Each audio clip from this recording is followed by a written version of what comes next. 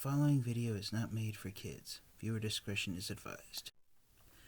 Hello to my subscribers, this is the TFangy coming to you with the fifth and final part of what has turned out to be my 5-part review of Transformers Generations Titan Class Metroplex. And so, we will end this 5-part video taking a look at the second of Metroplex's 2 alt modes, which is the mode that he is famous for, the one that gave him his name, Metroplex. It is his city mode. So yes, Metroplex transforms into an entire city, complete with town, hours, smokestacks, armaments, windows are sculpted on the side of his torso, although my camera is picking up a bit. For those of you wondering, I'm using the camera I don't normally film with because the video quality of it sometimes isn't as great as the one built into my laptop, and I apologize for all the shaking as I try to hold it still, but this camera, I felt using this camera was the best option I had for filming Metroplex in his city mode. So yes, as I said in part 4 of the review, when I looked at Metroplex's battle station mode, I said that it was the longest while his robot mode was the tallest, but the city mode is the biggest, and this is the reason why I still hold to what I said about that. To transform officially, and when Metroplex is transformed into his city mode, you're supposed to open up his legs into 2 types of freeways or roads that lead to the downtown part of his city mode where all the skyscrapers are, which is formed by the entire upper half of his robot mode body. And so Metroplex just becomes very massive when his legs are sprawled out like this. Yes, and as you can see, Metroplex has 2 helipads. The smaller one right there is the one that he uses in battle station mode, and the larger one here is for his city mode. And unfortunately, the way Metroplex transforms, he can't use both helipads in city mode, and that's because Metroplex's robot mode arm ends up acting as a support column to keep him from flopping backwards. So again, I've said in all the other parts of my review, I bought a second cannon for Metroplex, so this is closer to what the Takara Tomy version looks like. I think we've got the 2 red cannons pointing upward, or it's right here. If you have the Hasbro version that came with just one red laser gun, but you decide you want to get yourself a second one, the second one attaches to Metroplex on a 5mm egg that's located under the silver hinge joint that swings the arm when you swing the arm around to transform Metroplex's shoulder into the helipad here. And then I don't know if this was for battle station mode or city mode, but because I forgot to transform it in when I looked at the battle station mode. Metroplex has some built-in missile pods and cannons right here. The red cannons are for city mode because you don't transform the shoulder into the larger helipad in battle station mode. So yeah, there's some built-in missile pods, but if you want it to be friendlier looking, you could imagine that that's a power generator for the city mode.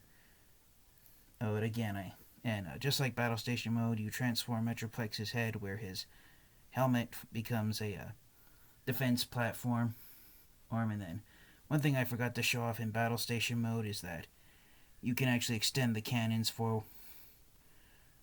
a bit. So I have this one on this arm extended outward to make it look like it's a taller skyscraper there. Here, so again, there's the red laser guns. They're supposed to be pointing upwards and acting as buildings for Metroplex's city mode. And then this arm has a flip-out cannon, and I have Scamper holding onto it. And again, this is out of all the platforms that Scamper is supposed to interact with. This is the one joystick where he can actually use it, which is this cannon that folds out from Metroplex's arm. Unfortunately, due to how large Metroplex's hands are in both battle station and city mode, his hands just hold onto his wrist. It's like this, so it takes away from him being a robot in disguise. But let's face it, I've never seen a city that looks like this. I don't think anybody has, so that shouldn't be a deterrent for anyone.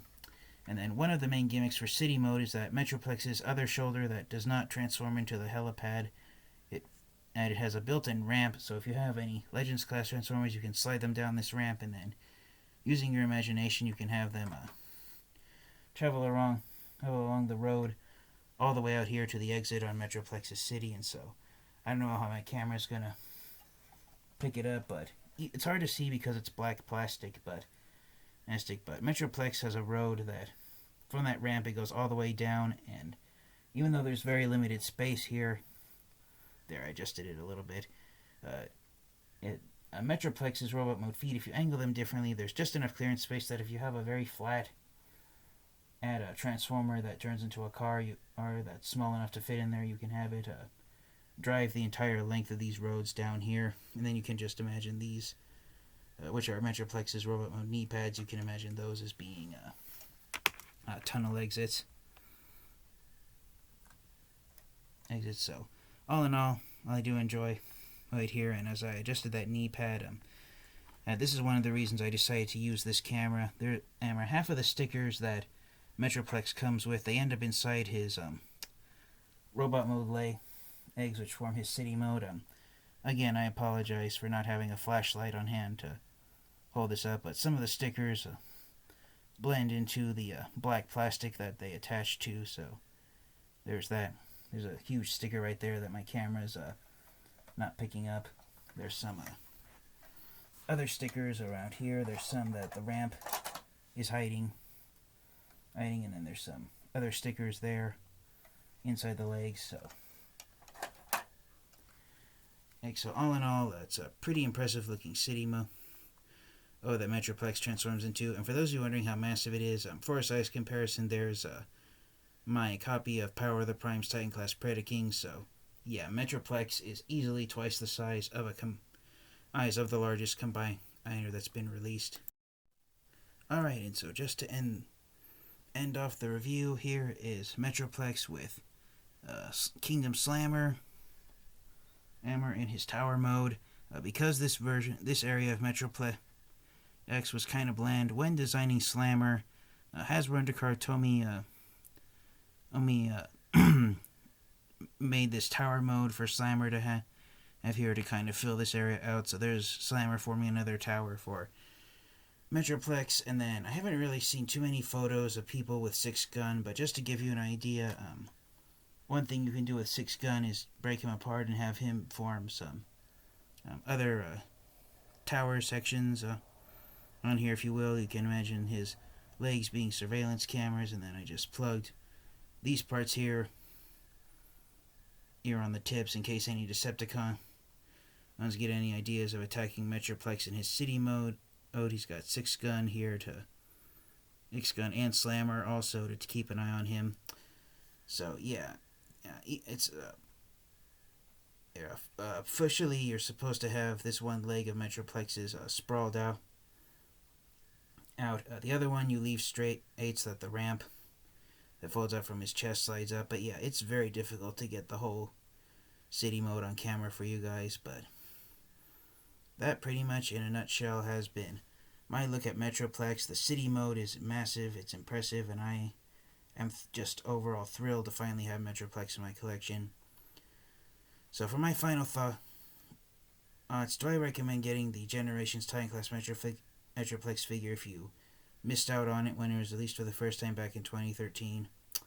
Well, here's the kicker. I do recommend you get Metroplex because I got him and added him to my Transformers collection. But unfortunately, Metroplex is going for ridiculous aftermarket prices right now, and arguably the Generations Titan Class Metroplex figure is one of the most expensive Transformers figures that's ever been released. If you want to hear how much I paid for Metroplex, you can go back and watch part 1 of my review. But yes, that's the make it or break it deal with Metroplex. Right now it's the year 2022 and I'm recording this review, and Metroplex was released 9 years ago in 2013, so he's going for ridiculous aftermarket prices right now. But if you think it's worth it, then I highly recommend you get Metroplex and add him to your Transformers collection. If you don't think the aftermarket price is worth it, then unfortunately Metroplex can be an easy pass for some people. I don't know if I said this in an earlier part of the review when I looked at Metroplex in his robot mode. owed, but it took me 3 hours to apply all the stickers that Metroplex comes with, so that was a deterrent on getting this figure. But overall, I do enjoy how Metroplex turned out. So thank you guys also so much. And if you do have Metroplex in your collection, I do highly recommend you also get his two partner robots that were released separately, which are Siege, Sixgun, and Kingdom Slammer. Kingdom Slammer forms a nice extra tower for Metroplex X when he's in his city mode, and Sixgun, like his G1 counterpart, he can break apart and form 6 guns that Metroplex can wield as well. Thank you guys all so much. This has been the TFN Geek, and until next time, you guys, remember to stay safe, stay healthy, and until next time, you guys, transform and roll out. Goodbye, everyone.